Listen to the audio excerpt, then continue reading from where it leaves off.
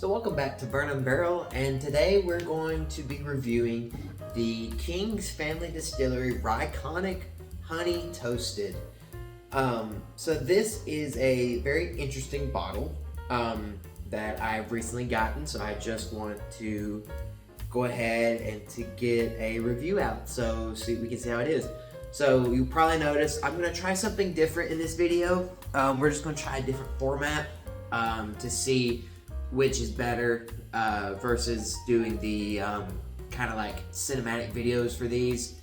I just wanted to see something different. Maybe we can test it just to see how it is for a few videos, or go back and forth and just see how it is.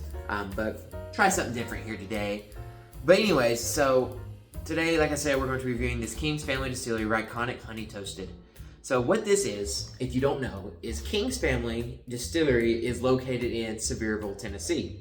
So if you ever heard of Pigeon Forge, or if you know where Knoxville is, it's not too far from that, maybe like 30 minutes to an hour, I think, from Knoxville.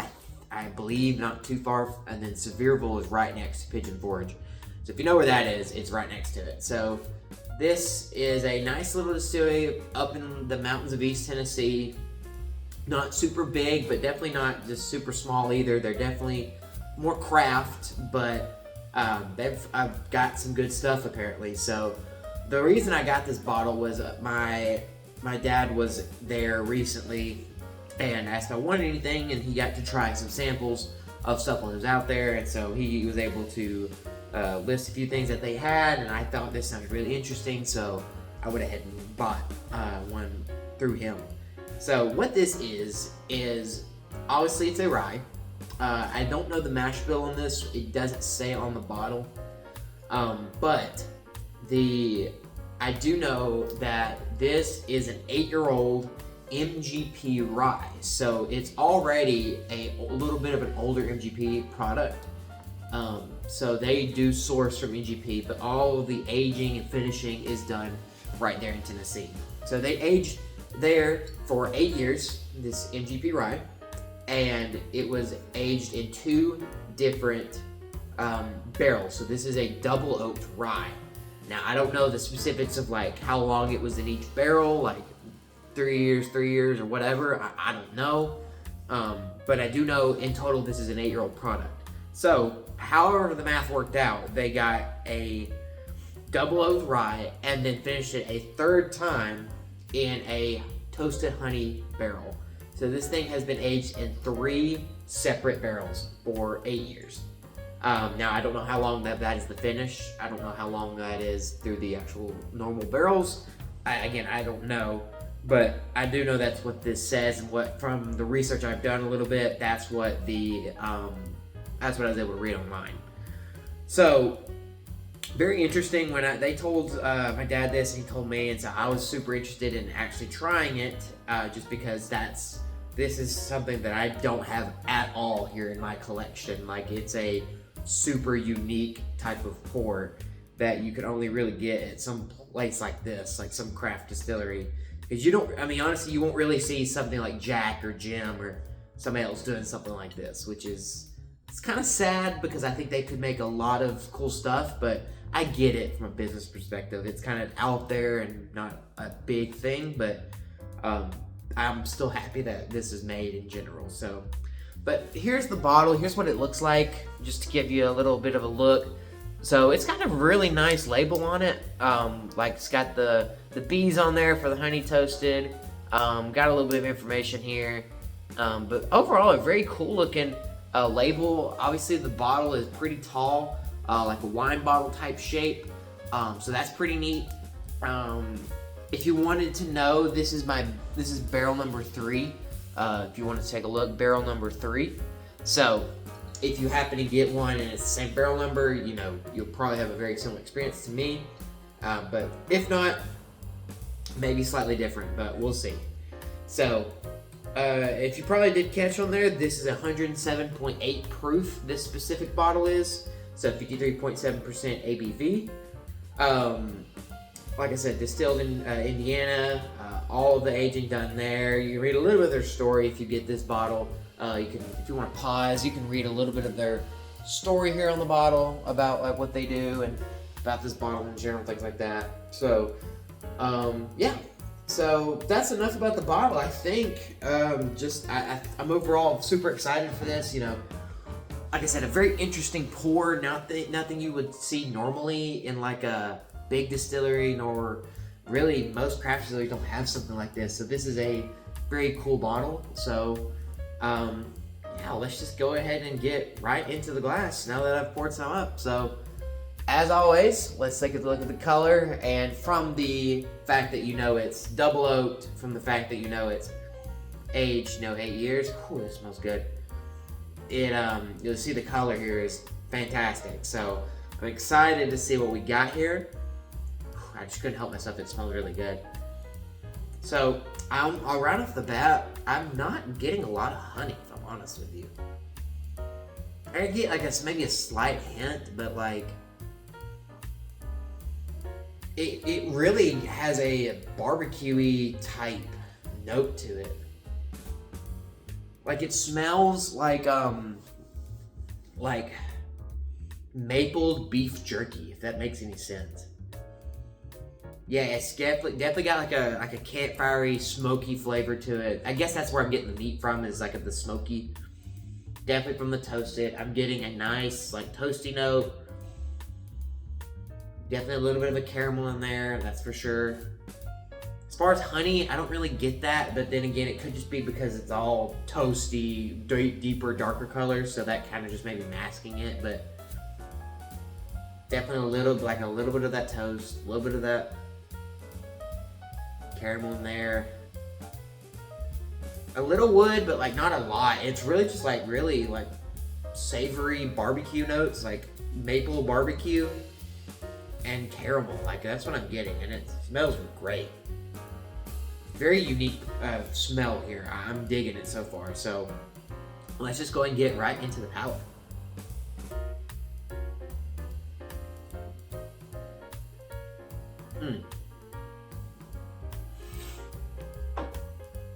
So now I get a little bit more of that honey. So in the beginning of the palate, you know, whew, wow, the honey's still there. That is super nice. Hold on, I'm gonna get another sip before I start talking.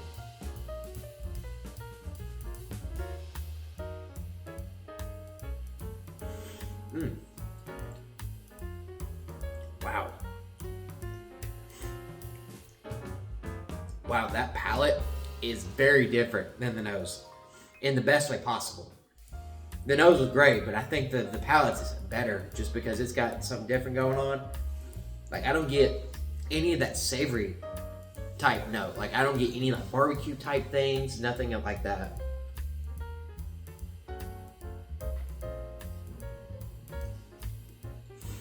So what I'm getting here is when it first starts out, I get a little bit of apple, a little appley note, a little bit of a little baking spice note in there, apple baking spices type thing, almost kind of like apple cider, kind of, you know, bunch of those spices, appley kind of thing together, but definitely those two distinct like kind of notes.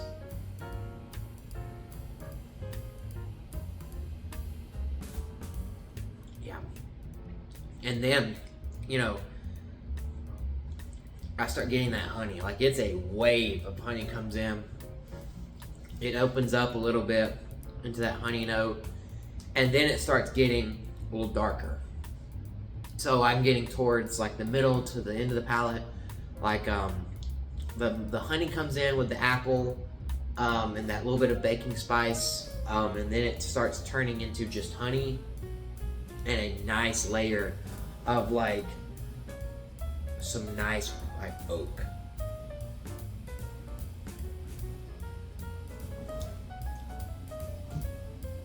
Wow, yeah, that is really good. Definitely sweeter, but then like I said, it comes a little toasty. Like, you get that honey toasted finish going towards the end, and it really leaves you with a it's most like the finish is mostly a smoked honey. Like, it tastes kind of like if you like smoked, like how you smoke barbecue, but it's like honey. I get a little bit of oak, but like really, it's kind of honestly the honey and the smoky, like savory note is just very prominent.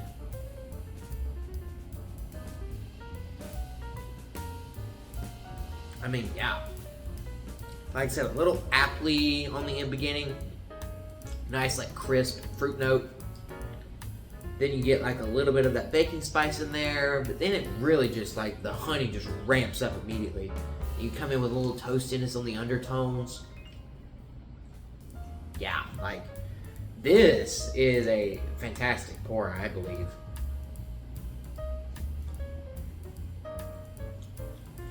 I'm also getting a little bit of a cinnamon in there, like it's almost like a cinnamon apple on the beginning. And then, you know, that honey comes in, a little toastiness in there. Like, this is a fantastic pour. I am super happy with this. I think, for me, this is a kind of pour you would want in the cold weather. So for me, it's below freezing right now, which is why I've not been going outside if I can help it. So, but this is the kind of pour that you would enjoy over a cold winter's night, or you know, just if it's cold out, just sitting inside enjoying a nice pour. This is that pour. You get the appley, cinnamony type thing on the beginning, then it goes into like a smoky honey going into the middle and kind of just brings that to the end with some of that little baking spice in there too. Not a lot of oak really, so I think it just gets kind of just overpowered, which again, that's not a bad thing. If you like oak, I mean, you won't be missing it. It'll be just replaced with like these other flavors, just because I think there's just a lot going on here that I'm really enjoying.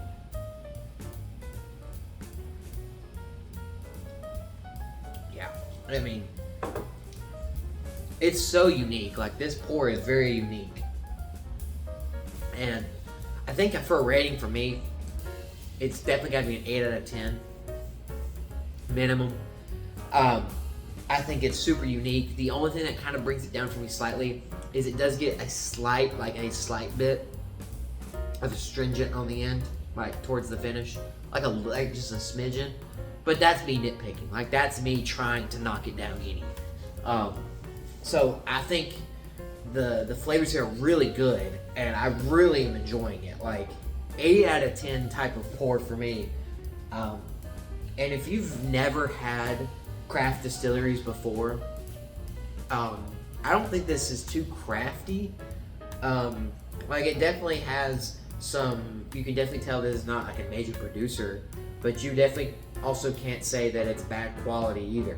Like this has got some really good stuff going on, and a lot of interesting flavors. Obviously a fantastic and unique finish in the way they did their bottle.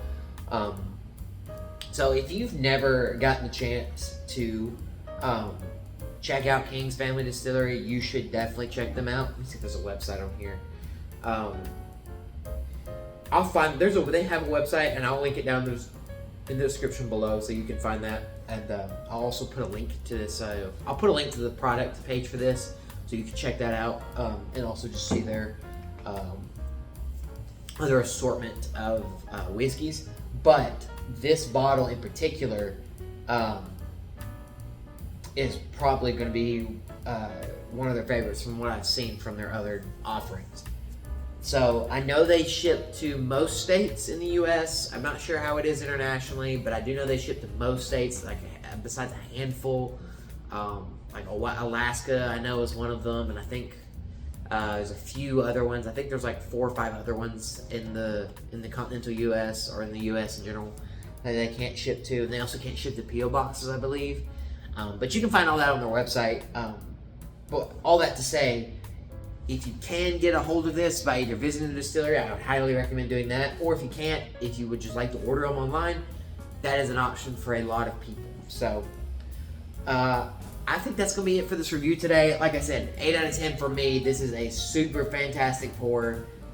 Super unique. Got a lot of unique things going on. So if you do get the chance to try this bottle, definitely give it a shot. So you'll probably see on screen here a couple new videos, or a couple of videos of mine to watch here in a minute.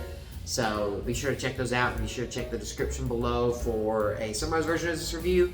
And like I said earlier, a link to the product page for this particular bottle. And be sure to check out some of the other bottles that they have on their website as well. So, with all that being said, I hope you have a fantastic day, and I'll see you next time here on Burn and Barrel.